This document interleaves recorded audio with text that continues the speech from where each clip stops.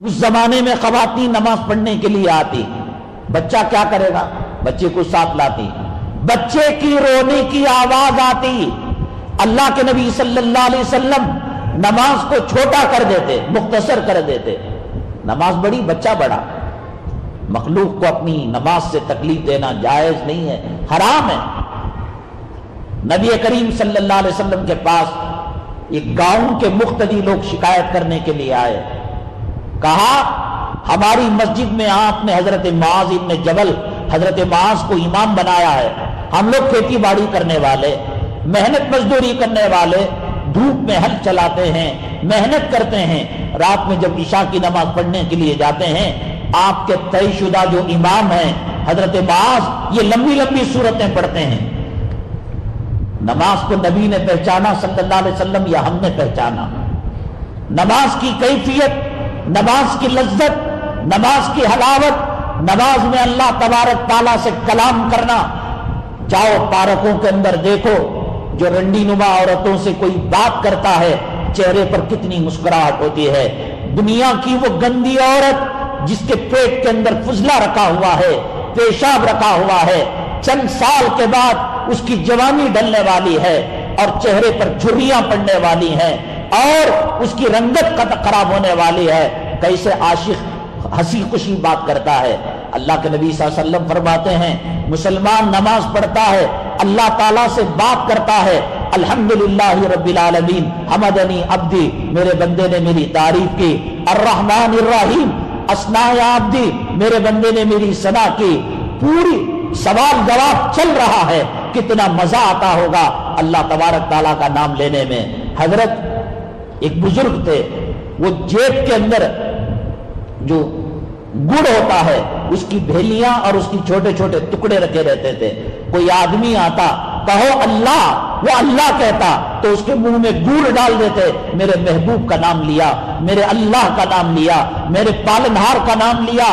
آپ کو رنڈیوں کے گانوں میں لطف آ رہا ہے، غزل میں لطف آ رہا ہے، وہ کون کی دھیڑ چمار کھڑمت مر گیا۔ مسلمانوں نے اسٹیٹس کے اندر، واٹس ایپ کے اندر اس کے تعلق سے اظہار ہمدردی کیا۔ کتنی عورتوں کی عزتیں لٹ رہی ہیں، کتنے قیدی ایڑیاں رگڑ رہے ہیں، کتنے ہاسپٹل کے اندر علاج نہ ہونے کی وجہ سے ایڑیاں رگڑ رگڑ کر مر رہے ہیں۔ کوئی مر گیا تو اس کی فکر ہے، مر گیا وہ بھی اس کا، اس سے کوئی۔ وہ بامبئی کے اندر ہم لوگ کسی سلسلے میں پروگرام میں گئے ہوئے تھے، کسی نے کہا ہم جاتے رہتے تھے، عصر کے بعد وہ امیتابھ بچن کا کوئی گھر تھا، ہزاروں لوگ سڑک پر کھڑے ہوئے ہیں، داڑھی والے، امامے والے، برقعے والے مسلمان۔ اس کا ٹائم نہیں، 4:30 کو بھی آ سکتا ہے، 5 کو بھی آ سکتا ہے۔ وہ چک نہیں دے رہا ہے، وہ گھر تعمیر کر نہیں دے رہا ہے، وہ قرض ادا نہیں کر رہا ہے، وہ بچوں کی شادی کر نہیں دے رہا ہے۔ وہ ایک جھلک دیکھنے کے لیے مسلمان مر رہے ہیں۔ اللہ کی نماز پڑھنے میں مزہ مل گیا۔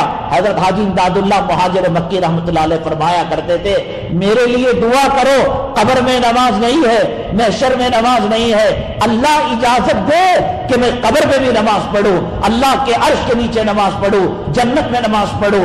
جس نے نماز کا ذائقہ چکا، جو نماز کے اندر اللہ تعالیٰ سے بات کیا، ہونا تو یہ چاہیے تھا کہ گاؤں والوں کو ڈانٹتے تم کھیتی باڑی میں کمی کر لو، محنت کم کر لو، نماز پڑھو، نماز پڑھنے کے اندر ثواب ہے، یہ حی علی الصلاۃ کا جواب ہے، یہ حی علی الفلاح کا جواب ہے۔ لیکن اللہ کے نبی صلی اللہ علیہ وسلم نے حضرت معاذ رضی اللہ تعالیٰ عنہ کو کہا اَأَنْتَ فَتَّانٌ یا معاذ، اے معاذ کیا تم قوم کو فتنے میں ڈالنے والے ہو؟ ہلکی پڑھاؤ، تم اپنی نماز پڑھو لمبی۔ متولی نے ٹائم دے دیا، ظہر 21 منٹ چلے گی، مغرب 15 منٹ چلے گی، ککوس کو جا کر، ٹوائلٹ کو جا کر، دھو کر آ کر، وضو کر پھر رکوع ملے، پھر سجدہ ملے، اپنی نماز لمبی پڑھاؤ۔ حضرت عثمان غنی رضی اللہ تعالیٰ ایک رکعت میں 15 پارے، دوسری رکعت میں 15 پڑھو، پورا قرآن پڑھو۔ اور جو امام لمبی لمبی نمازیں پڑھاتا ہے وہ واسطے اللہ کے نہیں، وہ واسطے صدر کے، واسطے سیکریٹری کے، واسطے فرعون کے، واسطے نمرود کے اور حامان کے اور شداد کے ہیں۔ اس کے پیچھے نمازی میرے خیال میں صحیح نہیں ہے۔ نماز جیسی عبادت کے بارے میں مخلوق کی رعایت کی گئی. اللہ کے نبی صلی اللہ علیہ وسلم نے فرمایا اَأَنْتَ فَتَّانٌ یا معاذ، کیا تم قوم کو فتنے میں ڈالنے والے ہو؟